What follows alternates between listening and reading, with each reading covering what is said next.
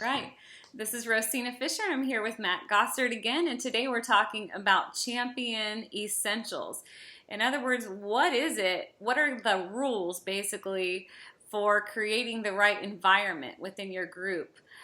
You had spoken previously about creating a place with no judgment, for example, and in the previous module, you actually mentioned it a little bit. And then talking about, you said there's only one thing that is accepted about accountability and prayer. So I'd really like for you to talk to each of those. So first was you talked about creating a place with no judgment. How do you do that? That's pretty hard when you're dealing with a bunch of people who have addictions. Yeah, it is, and I think one of the things that really deters someone who is addicted from going to the church oftentimes is fear of being judged. And so we don't want that to happen. And so I really make it a point to say over and over and over, this is a place where you will not be judged. Because if that were the case, then, all of us would be judged for what we've done, and we really want to emulate Christ in what we do. And Jesus doesn't judge us anymore. He's already done it for us. He's taken care of that for us. And so we really want that to be a big part of our group. It has to be that way, because if someone feels like they're going to be judged coming into your group, chances are they're not going to come, because they would have gone somewhere else. They would have done something else. They're looking for something different. They're looking for a place where they're not going to be judged. And so I really make it a point every single week to say, this is a place of no judgment. You're welcome to come in and to feel free, and be free of judgment. So that's a big part of it. And even when I'm speaking in front of my church, I make it a point to be like, this is, what we do is a place of no judgment, and when I speak to the church, I try to really encourage the church to get rid of that stigma of judgment on addicted people, because it's important.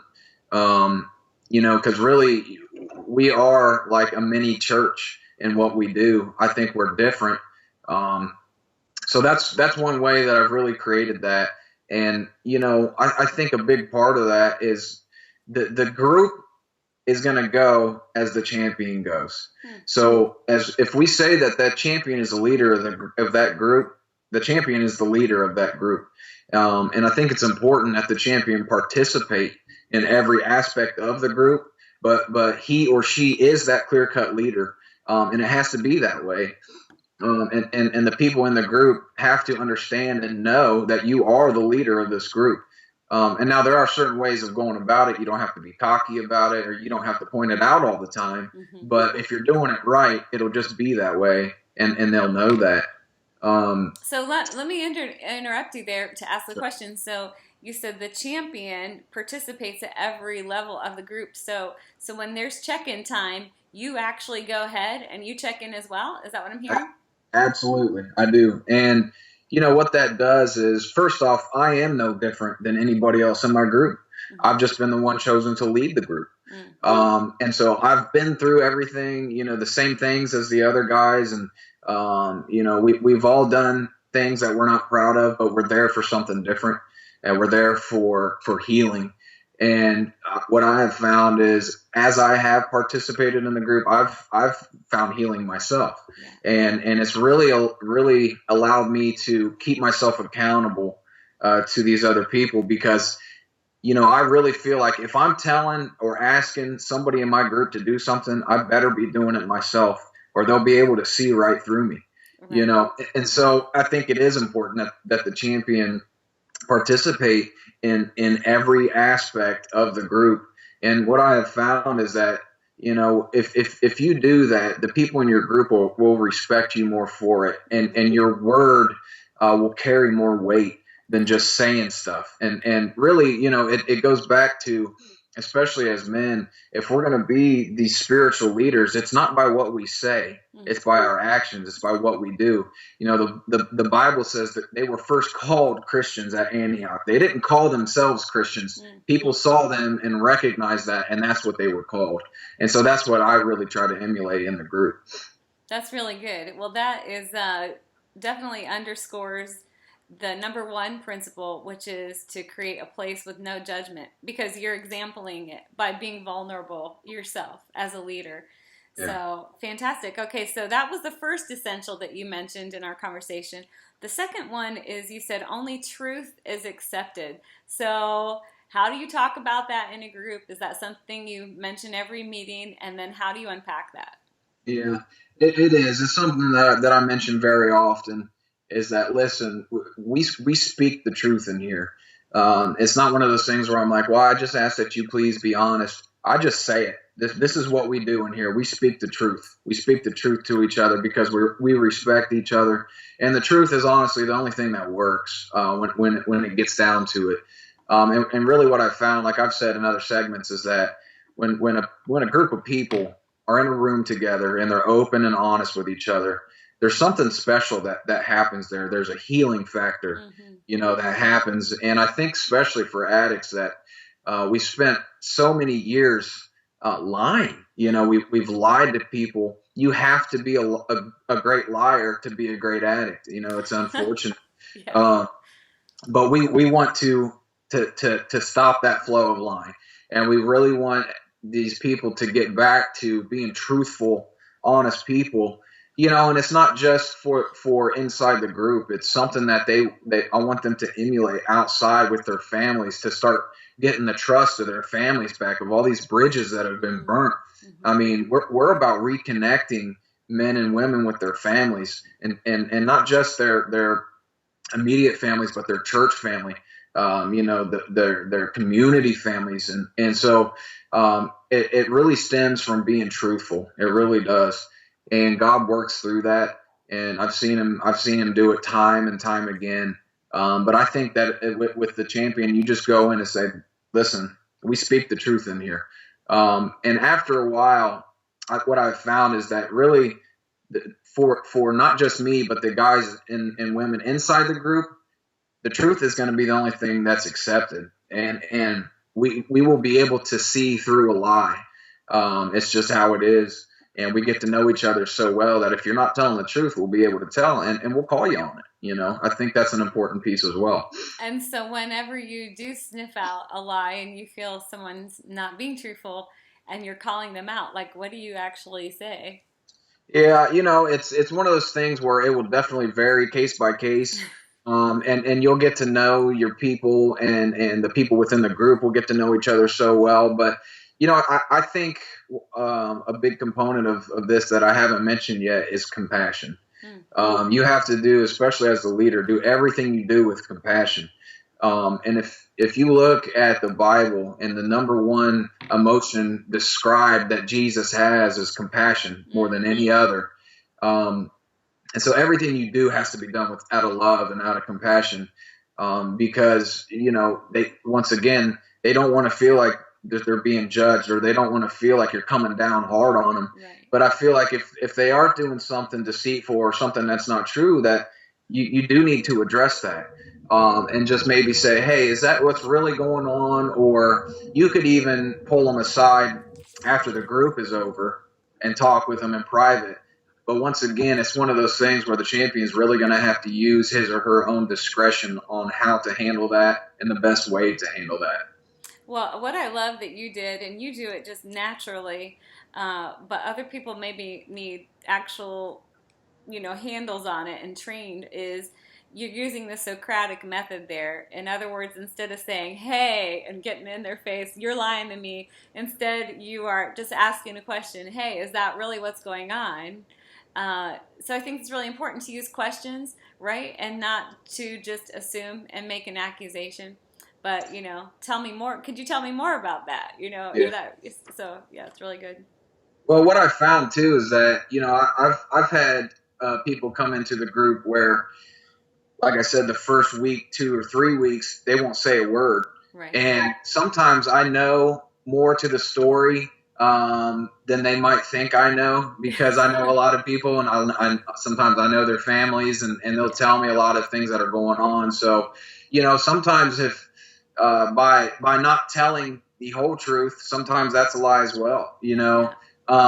But you really have to use discretion in that area, because I've had guys that come in and say, hey, I'm doing this, but they don't really tell you fully what's going on, and it's like peeling an onion. You just have to keep getting those layers off and off and off. And I've had one specific case where a gentleman came in, and he at first said that he didn't have a problem, and then after a while he said, well, maybe I do. And then after a while he said, well, I do have a problem, but it's just this, And finally, after a few weeks, we really got down to the root of what was going on with him, and he understood how dangerous it was of what he was doing. And he actually went down. We got him into treatment. He's still down there. He's completed it. And he's actually working down there as a dorm leader now. And I talk with him at least a couple times a month, and he's doing great. So, it's really, I can't say the word discretion enough, because the leader, the champion, is really going to have to be in tune with his people and in tune with God to understand how to handle these certain situations. Right. So I know we're kind of going in a row here. We talked about creating a place with no judgment and only truth is accepted. But I want to digress a little bit and talk about that. So you talked about discretion. How do you handle anonymity in your group? Do you encourage that or not? How do you deal with that issue? Yeah, I do. I encourage anonymity. Now, as far as me being the leader, I don't talk about what goes on in the group outside of the group. I just don't. Now, if these guys want to talk about their own things, outside of the group, that's perfectly fine. But it is definitely important that they understand that, hey, because we really talk about some heavy stuff in there. We talk about things in there that you're just not going to talk about in church. Right. Which I love that aspect of the group, and I think that's something that makes it unique. But I have had certain situations where things have gone on that have caused concern to me or raised red flags, and I've had to handle it with even some of the church staff. But yet doing that, I've still been able to keep the anonymity of that certain person intact. And so once again, you want these people to feel like they're safe. You don't want them to feel like all their secrets are going to be spilled out all over the church, because that's not fair to them.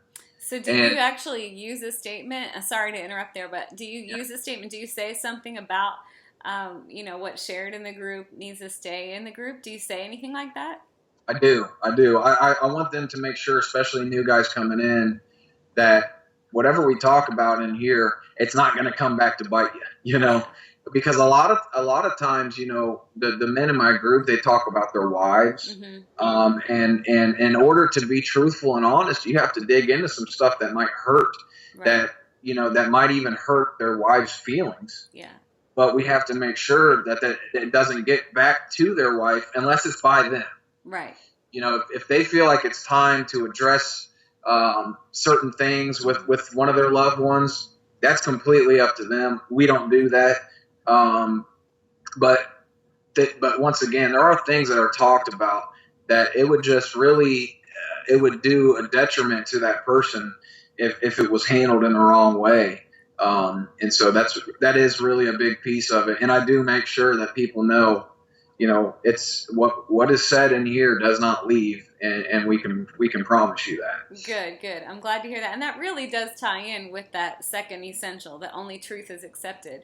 Yeah. Because if you think that your truth is going to get spread all over the church, you're not going to want to be sharing that truth. Okay, so the third essential, Matt, that you were talking about the other day was accountability. Talk to me about that and how you make sure that obviously the check-in time is an accountability time, but how are you holding each other accountable other than just sharing the state of your soul? Yeah. Accountability is huge. It's unbelievably important within the group. It's important in your walk with Christ, I think, even outside of the group setting, but what accountability does is it really forces us to really be in line with what we say we're going to do. And like I've mentioned before, that's huge.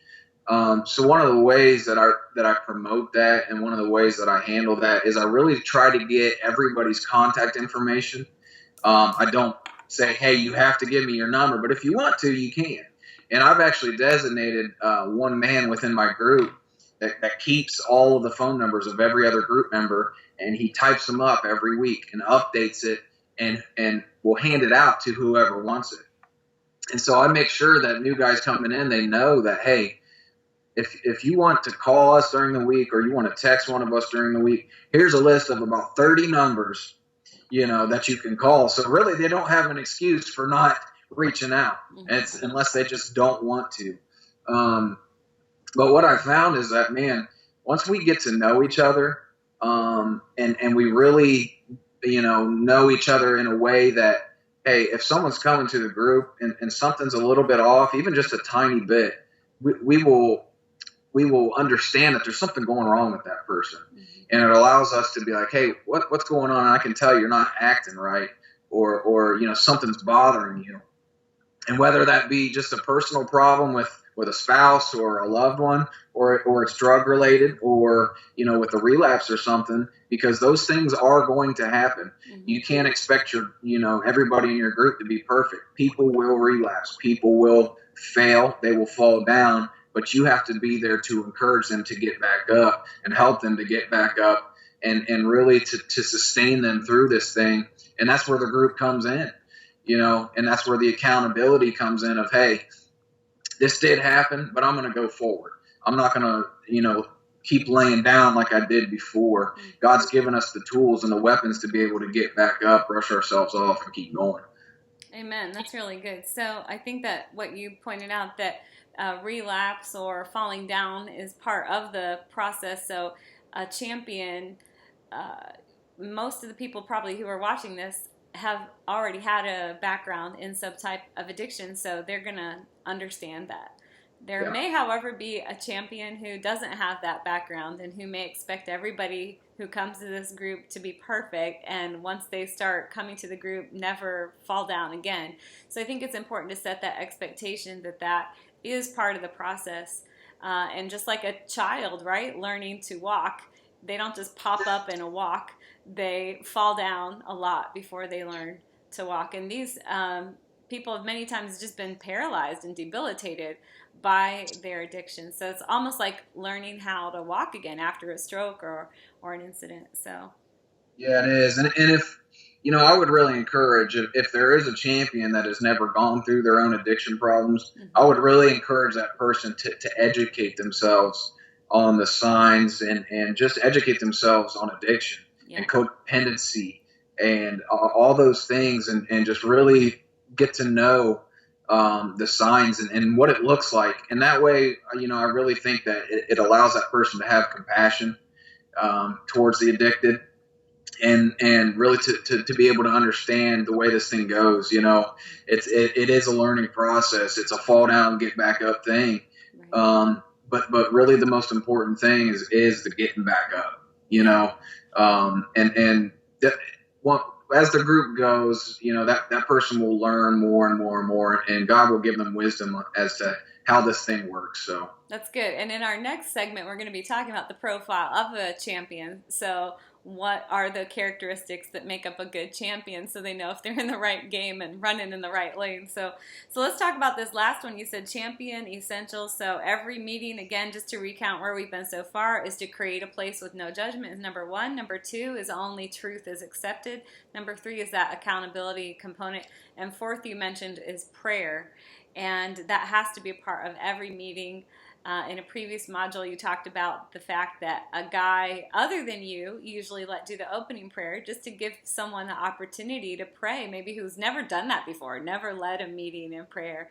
And then you usually pray at the end. So we know that's already a part of every meeting. Do you encourage the guys to pray for each other between meetings? How does prayer factor in, not only in the meetings themselves, but outside of the meetings? Yeah. Well, once again, it all starts with closeness to God and understanding that if God is prompting me or somebody else to pray for that person on the spot, then we will do that. It doesn't matter what we're doing or where we're at in the process of the group or what we're talking about. If somebody comes in, and a lot of times you can just feel the heaviness and the burden that people are carrying in. and they start to open up their soul and they start to be honest about what's going on with them, you can almost tell that they're begging for prayer without even saying it sometimes. And so you have to react. And it's important that if God's telling us to do that, then we do it. And he's telling us for a reason.